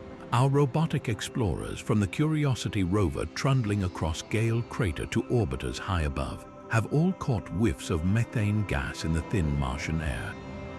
This simple molecule, one carbon atom bonded to 4 hydrogens, is setting modern planetary science ablaze with debate. On our own planet, methane is a signature of life. The vast majority of it in Earth's atmosphere is produced by living organisms, from the microbes in wetlands and the guts of cows to the slow decay of ancient organic matter. Finding it on Mars immediately raises the electrifying possibility of a hidden, subsurface biosphere. But there is a crucial geological alternative. Methane can also be created without life through a process called serpentinization. When certain rocks, like olivine, react with water in a chemical reaction, they can produce methane as a byproduct, so the detective work becomes incredibly difficult. Is the Martian methane a whisper from living microbes, or just the sound of rocks getting wet? The mystery deepens because the detections are not consistent. They come in sporadic, unpredictable spikes. Curiosity has measured the background level of methane to be very low, but it has also recorded sudden, dramatic plumes where the concentration skyrockets by a factor of 10, only to vanish again within days. These spikes seem to follow a seasonal pattern, increasing in the Martian summer and fading in the winter. This pattern is the most tantalizing clue of all. An active, seasonal source suggests something dynamic is happening beneath the surface, something that changes with temperature or pressure. If the methane were merely leaking from ancient, trapped reservoirs, we might expect a steadier trickle. The seasonal ebb and flow feels more like a process that is breathing, a system turning on and off. The scientific debate is fierce and wonderfully productive. One camp argues that the combination of methane and other organic molecules found in drilled rock samples points to a high likelihood of past, and possibly even extant, microbial life deep underground where liquid water might still persist. The other camp meticulously models how Martian geology, with its unique minerals and potential for sporadic subsurface water flow, could produce these same patterns through non-biological chemistry. They point out that the sun's ultraviolet light should break methane apart in the atmosphere within a few hundred years, so any methane we see today must have been released very recently, geologically speaking. This means Mars is not a dead world geologically, it is an active one, whether biologically or chemically. The resolution to this puzzle is so important that it is driving the design of future missions. The European Space Agency's Rosalind Franklin rover, part of the ExoMars program, carries a drill capable of reaching 2 meters below the harsh, radiation-sterilized surface to sample pristine soil. Its onboard laboratory will be able to analyze not just for methane, but for the specific types of carbon atoms within it. Life on Earth prefers lighter isotopes of carbon. If Martian methane shows that same lightweight fingerprint, it would be powerful, though not definitive, evidence for a biological origin. Every whiff of gas from the red planet is a message in a bottle. Decoding whether it was written by geology or biology will be one of the most profound scientific verdicts of our age, telling us if we share our solar system with another genesis of life, or if we are witnessing the complex, beautiful, but lifeless chemistry of a world that almost was. The methane on Mars whispers of hidden processes, but a far greater force is pulling on us from the dark. Our entire galaxy, the Milky Way, is not drifting aimlessly through the void. It is racing at over 2 million kilometers per hour toward a specific point in the constellation Centaurus, drawn by a gravitational anomaly so powerful it defies comprehension. Astronomers call it the Great Attractor. This is not a single object like a black hole or a star. It is a colossal concentration of mass, a gravitational focal point pulling our local group of galaxies and thousands of others toward it in a vast cosmic river of motion. The mystery is deepened by a simple accident of cosmic geography. From our vantage point on Earth, the direction of the Great Attractor lies directly behind the crowded, dusty central plane of our own Milky Way galaxy. This region, which appears as a glowing band across our night sky, is filled with stars, gas, and dust that block our view. It is like trying to see a distant city while standing in a dense, luminous fog. For decades, the Great Attractor was a ghost we could feel but not see, its true nature hidden behind this galactic curtain. To peer through it, astronomers had to abandon traditional optical telescopes.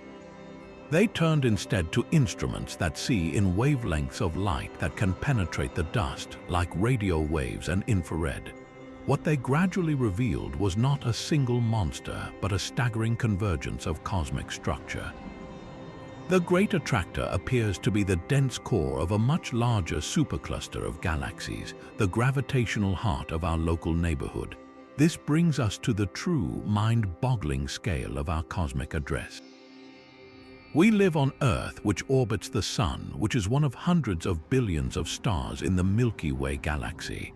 Our galaxy, along with the Andromeda Galaxy and about 50 other smaller galaxies, forms the local group.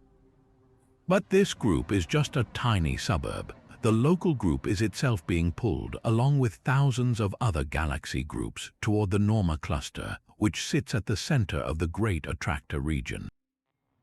All of this together, this immense collection of over 100,000 galaxies spanning 500 million light-years, comprises our true home supercluster. In 2014, astronomers gave it a name, Laniakea, a Hawaiian word meaning immense heaven. Visualizing Laniakea is a challenge for any imagination. Picture a cosmic watershed. Galaxies are not scattered randomly like isolated islands. They flow along invisible rivers of gravity, like water droplets sliding down a vast, sloping terrain into great basins. Laniakea is one of these basins, a continent of galaxies all flowing toward its central gravitational valley, the Great Attractor. Our Milky Way is on the outskirts of this continent, streaming inward along one of its great filamentary arms. Mapping these structures is more than cosmic cartography. It is a direct way to trace the hand of dark matter. The visible galaxies we see are just the lit-up tips of a much larger iceberg. They trace the underlying, invisible scaffolding of dark matter, whose gravity sculpts the entire cosmic web. By watching how galaxies move within superclusters like Laniakea, we can weigh the dark matter that holds them together and directs their flow. This large-scale motion, this universal drift toward immense attractors, is a key piece of evidence for the existence of dark matter and helps us understand how the universe organized itself after the Big Bang. The Great Attractor, then, is more than a destination. It is a signpost in the dark pointing to the hidden architecture of reality, a reminder that even our majestic galaxy is just a single leaf caught in a gravitational current flowing toward an unseen continental heart. That immense pull toward the Great Attractor is charted by the most precise timekeepers in the cosmos. In 1967, a graduate student named Jocelyn Bell Burnell was reviewing data from a new radio telescope when she noticed a peculiar repeating signal. It was a series of sharp, rhythmic pulses, arriving exactly every 1.337 seconds with a regularity that was almost unnerving. At first, the signal was so precise it was jokingly labeled LGM-1 for little green men. What Bell Burnell had discovered was not a message but a cosmic lighthouse, the first known pulsar. A pulsar is the spinning core of a massive star that has died in a supernova explosion. When such a star collapses, its protons and electrons are crushed together into neutrons, creating a city-sized sphere of unimaginably dense matter. A single sugar cube of material from a neutron star would weigh as much as a mountain on Earth. This stellar corpse spins at a ferocious speed, and it possesses a magnetic field trillions of times stronger than Earth's. This combination acts like a powerful dynamo, channeling radiation into narrow beams that shoot out from the magnetic poles. As the neutron star spins, these beams sweep across space like the beacon of a lighthouse. If one of those beams happens to cross our line of sight, we see a flash of radio waves, X-rays, or gamma rays with every rotation. That flash is the pulse, and its clockwork regularity is what makes pulsars so extraordinary. They are nature's most perfect metronomes, some so stable they rival atomic clocks built here on Earth. This precision has turned them into unparalleled tools for science. Because they are so dense and have such intense gravity, they serve as natural laboratories for testing the laws of physics under conditions we could never replicate. When two pulsars orbit each other, as in the famous Hulse-Taylor binary system, they provide a perfect testbed for Einstein's theory of general relativity. Astronomers can measure how their orbits slowly decay as they lose energy by emitting gravitational waves. This was the first indirect but conclusive evidence that gravitational waves exist, a discovery that earned a Nobel Prize decades before LIGO made its direct detection. But the practical uses of these cosmic clocks stretch into the realm of future exploration. Just as our global positioning system, GPS, uses the precise timing signals from a network of satellites to triangulate a position on Earth, a similar concept could work for interstellar travel. Imagine a future spacecraft venturing between the stars. It could use the predictable pulses from a network of known millisecond pulsars, the fastest spinning and most stable kind, as reference points. By comparing the arrival times of pulses from several different pulsars in different parts of the galaxy, a ship's computer could calculate its precise location in three-dimensional space, anywhere in the Milky Way. We already carry a proof of concept for this on the Voyager spacecraft, the golden records that include a pulsar map showing Earth's location relative to 14 nearby pulsars.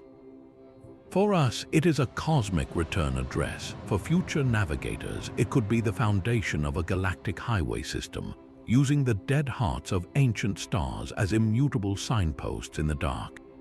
The cosmic clocks of pulsars measure a vast, predictable reality, but at the very smallest scales, the universe operates by a set of rules that seem to defy all common sense. Two particles can become linked or entangled in such a way that measuring the state of one instantly determines the state of the other, no matter how far apart they are. Albert Einstein famously dismissed this idea as spooky action at a distance, a paradox that seemed to violate the cosmic speed limit set by light. For decades, this remained a philosophical debate confined to laboratories. Then we took the experiment to space. A Chinese satellite named Mishus, launched in 2016, became a pioneer in this quantum frontier. Its mission was audaciously simple, yet profoundly complex: create pairs of entangled photons, tiny particles of light, on board the satellite and beam them down to two separate ground stations on Earth, stations separated by over 1,200 kilometers. The results were unequivocal. Even after traveling through the turbulent atmosphere and across a continental distance, the photons remained linked. Measuring the polarization of one photon in Tibet instantly set the state of its partner in Beijing, a connection that happened faster than any signal traveling at the speed of light could possibly explain. This was not magic, it was a fundamental feature of our universe, confirmed across a scale that makes laboratory tests seem quaint. The implications of this cosmic confirmation are staggering for both our understanding of reality and our future technology. First, it forces us to accept that the universe is fundamentally non-local at the quantum level. Particles that have interacted can remain part of a single, unified system, a ghostly whole that transcends physical separation. This entanglement is the bedrock of quantum mechanics, and testing it over such vast distances rules out alternative theories that try to explain away the spookiness with hidden local variables. Space provides the perfect, quiet environment for these delicate quantum states. On Earth, entangled photons can only travel a few hundred kilometers through optical fibers before they are absorbed or scattered, their fragile link destroyed. The near vacuum of space, however, offers a clear highway. By using satellites as trusted nodes high above the atmosphere, we can distribute entanglement across the entire planet. This is the seed of a quantum internet. Imagine a future global network where security is not based on complex mathematical puzzles that computers might one day break, but on the unbreakable laws of physics themselves. In quantum encryption, the act of measuring a particle to create a secret key inherently disturbs it. Any eavesdropper trying to intercept the key would introduce errors that the legitimate users could immediately detect. It is not just very secure, it is perfectly secure in principle. A satellite like Mischief has already demonstrated this, facilitating the first intercontinental quantum secured video call between China and Austria. The vision is a constellation of such satellites, creating a web of unhackable communication for governments, financial networks, and critical infrastructure.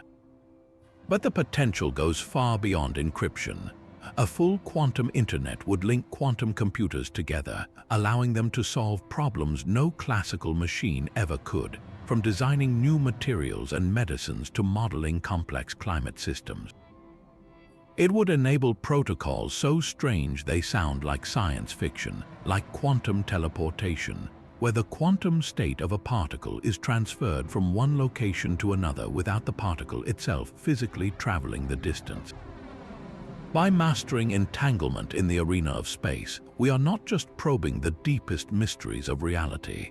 We are laying the groundwork for a technological revolution that will redefine connectivity, security, and computation for the entire world. The spooky action that Einstein doubted is now the most promising thread for weaving a new kind of global network.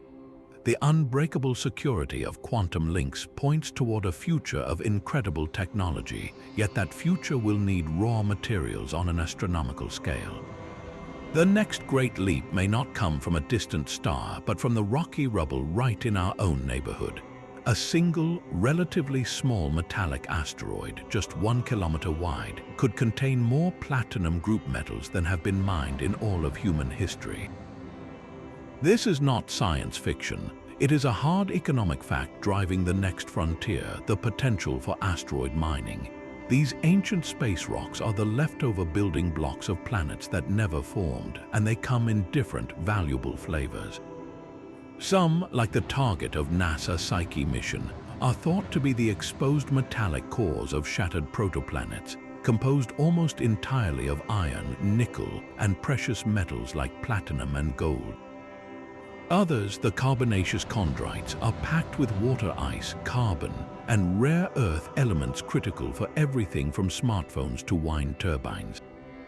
The Psyche spacecraft, currently on its long journey, will be our first close-up look at such a metallic world. It will not mine anything, but by studying this asteroid, we will understand the composition and structure of these cosmic treasure chests, knowledge essential for any future extraction effort. The vision is already taking shape in corporate boardrooms and engineering labs. Several private companies are developing the core technologies needed for this endeavor.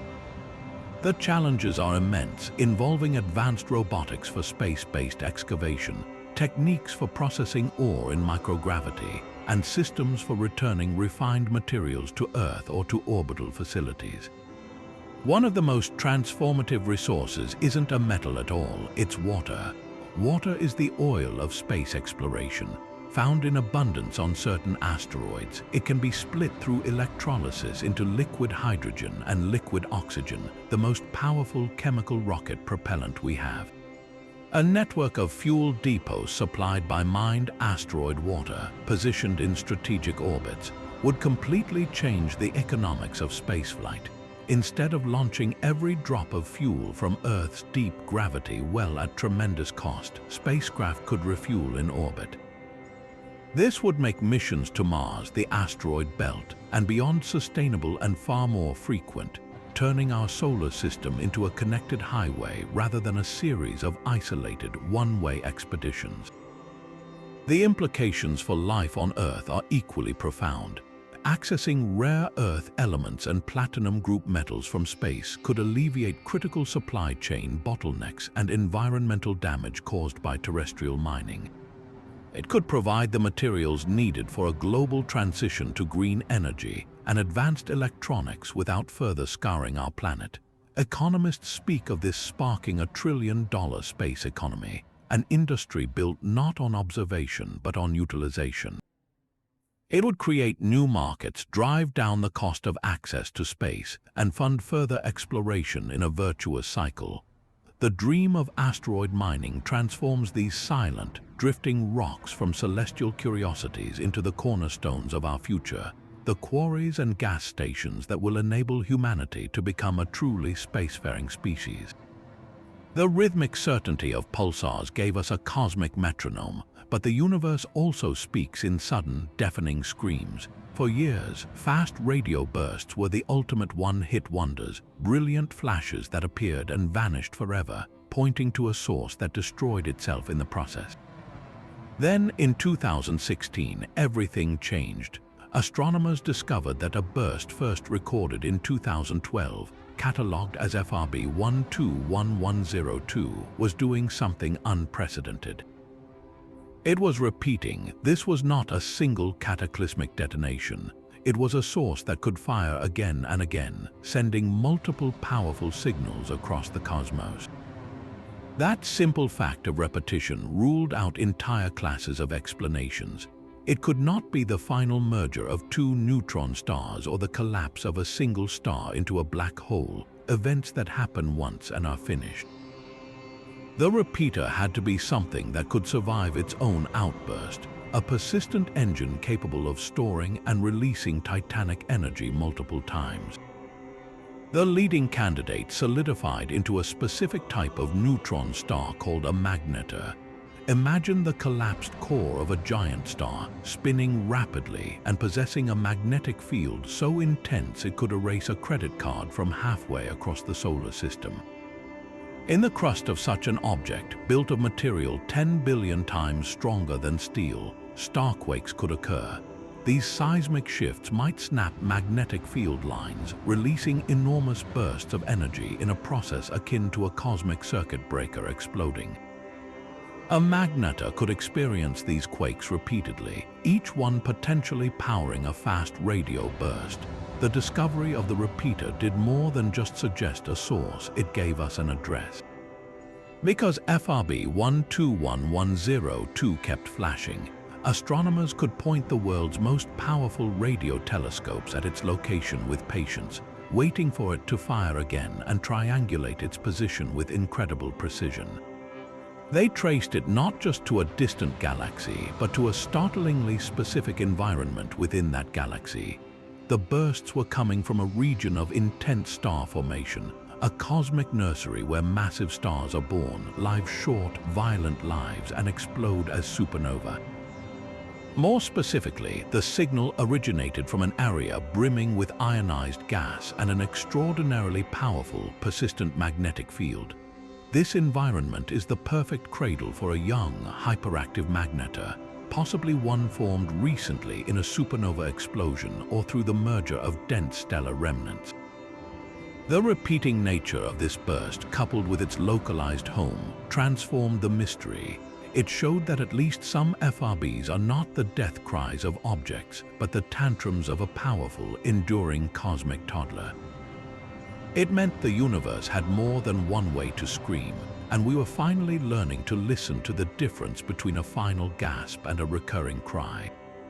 This single, chatty burst became a Rosetta Stone, providing the first crucial context for understanding the most energetic and fleeting signals in the cosmos.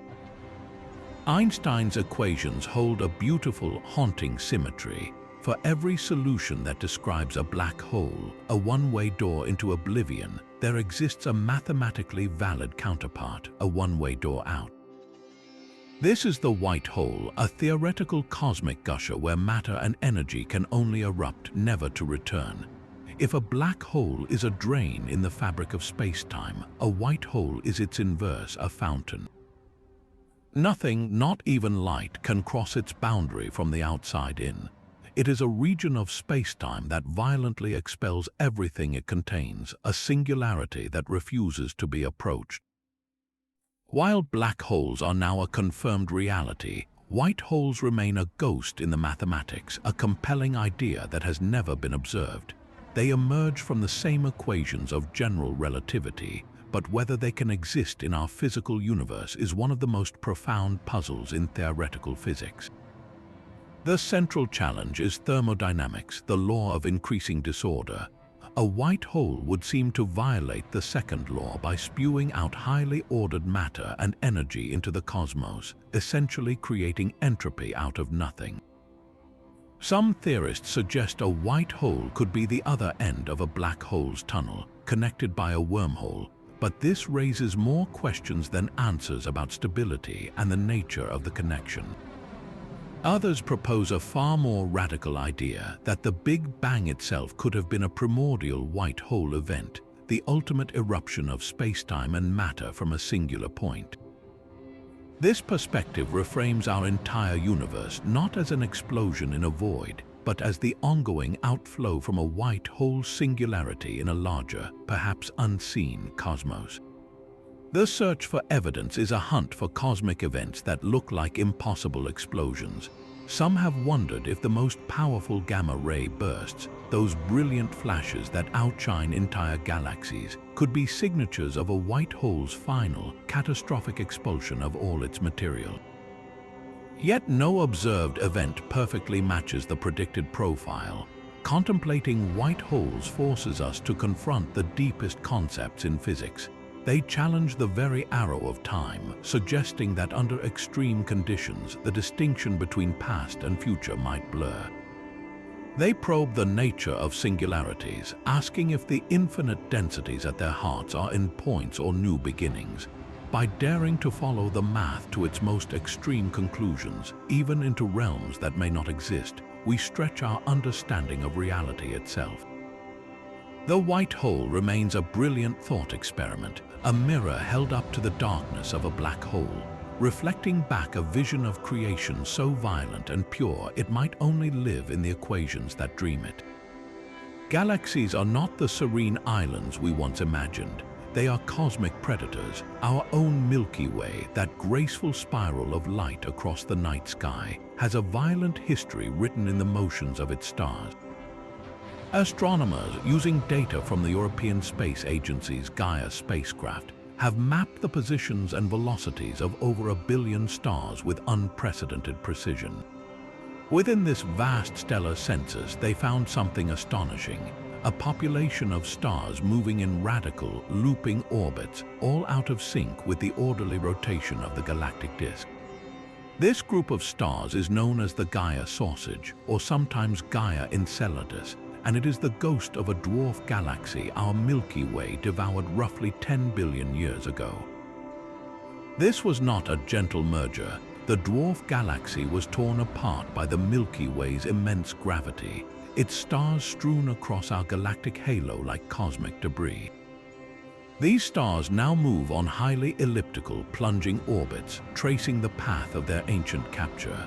They are the archaeological evidence of galactic cannibalism, the process by which large galaxies grow by consuming smaller neighbors.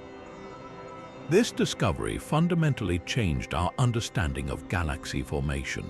We now know that galaxies are not born in their majestic, final forms. They are assembled hierarchically through a long history of violent mergers and acquisitions. The evidence is not just in the motions of stars, but in their very composition. The stars from the Gaia sausage are chemically distinct, older and poorer in heavy elements compared to the native stars of the Milky Way's disk. This tells a clear story. They formed in a smaller, separate galaxy that lacked the intense, multi-generational star formation needed to enrich its gas with metals. When that dwarf galaxy was shredded, its stars were absorbed into our own, leaving a permanent chemical fingerprint of the crime. This cannibalism is an ongoing process. Look at the skies of the southern hemisphere, and you can see the most dramatic evidence with the naked eye, the Magellanic Clouds.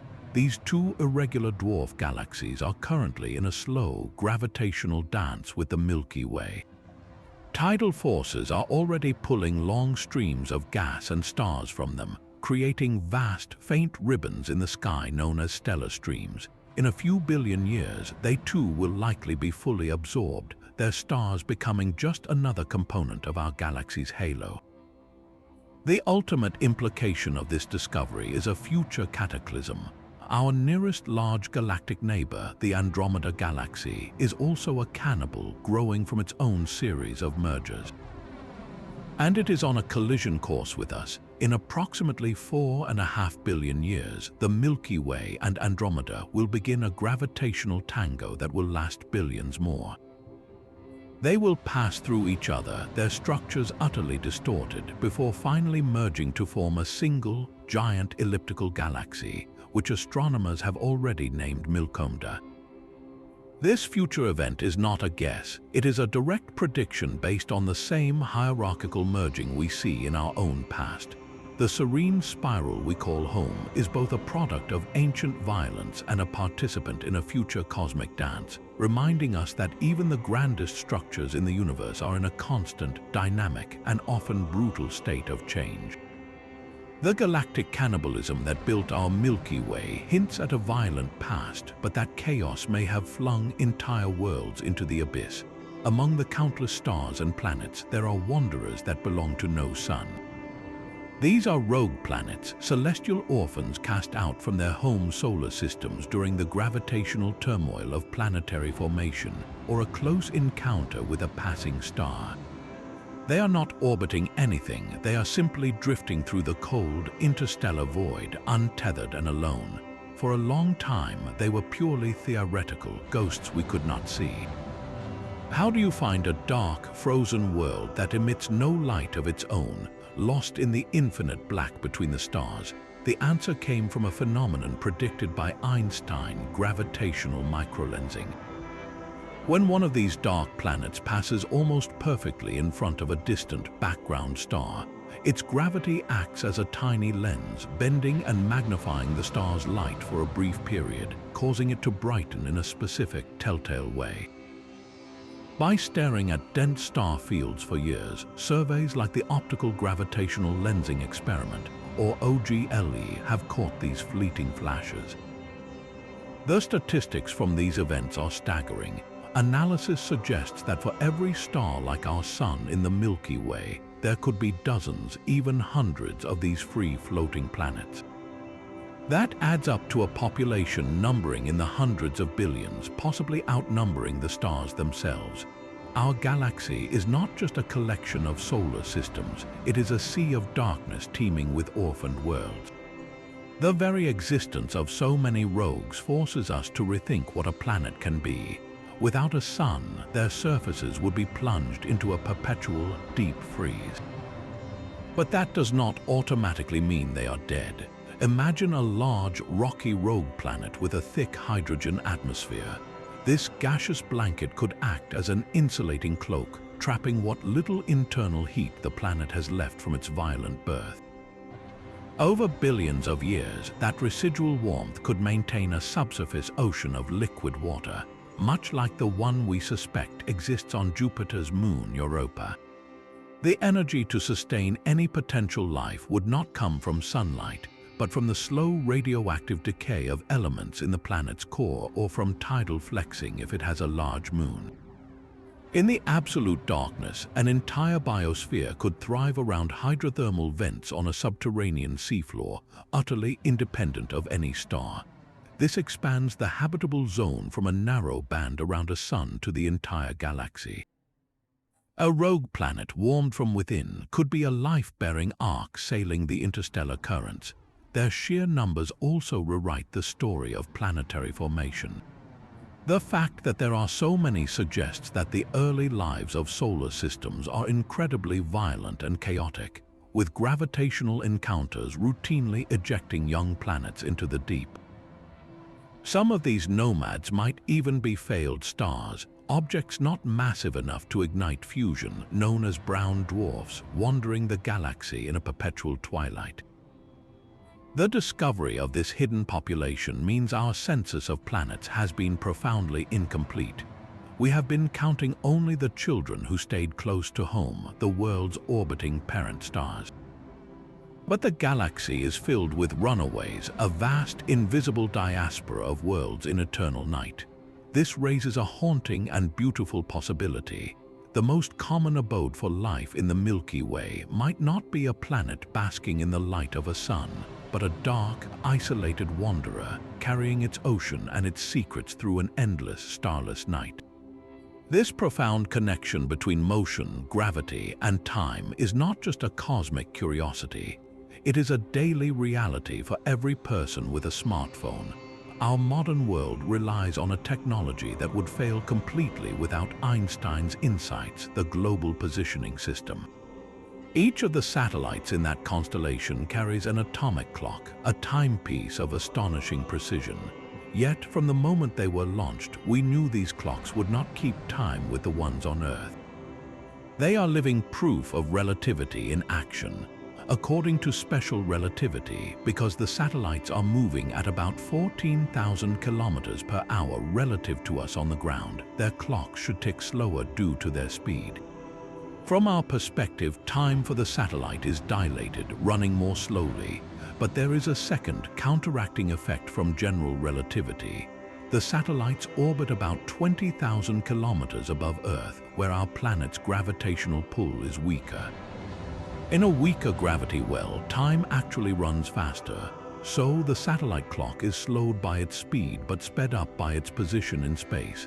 The calculations are precise and breathtaking. The velocity effect slows the satellite clock by about 7 microseconds per day. The gravity effect speeds it up by about 45 microseconds per day. The net result is that the satellite clock gains roughly 38 microseconds each day compared to an identical clock on Earth's surface. That seems like an impossibly tiny amount, less than a blink. But in the world of GPS, where location is determined by timing signals traveling at the speed of light, an error of 1 microsecond translates to a positioning error of 300 meters. An uncorrected drift of 38 microseconds would cause the entire system to become useless within minutes, with your map location drifting by over 10 kilometers every single day. Your phone's navigation would be hopelessly wrong before you even finished your morning commute. To make the system work, engineers must deliberately build a correction into the satellite clocks before launch. They pre-adjust the atomic clocks to tick slightly slower than their desired frequency, so that once they are in orbit and subject to relativity's push and pull, they will synchronize perfectly with ground time. Every time you ask for directions, your device is performing a complex dance with signals that have been bent by both gravity and motion. You are not just using satellites. You are using satellites that have been intentionally skewed to match a warped reality. This is not a laboratory experiment.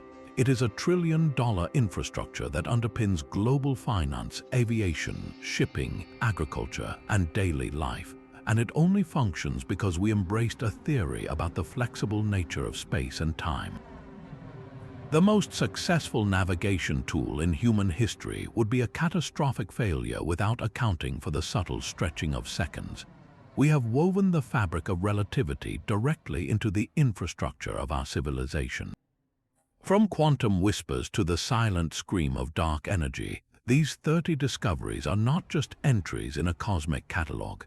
They are keys, each one capable of unlocking a different door to our future. The search for life on an icy moon could yield medicines born in alien oceans. The mastery of quantum entanglement might forge an unhackable global internet, securing our digital world. Asteroids packed with rare metals could fuel a green revolution on Earth, while providing the orbital fuel depots for our journeys to Mars.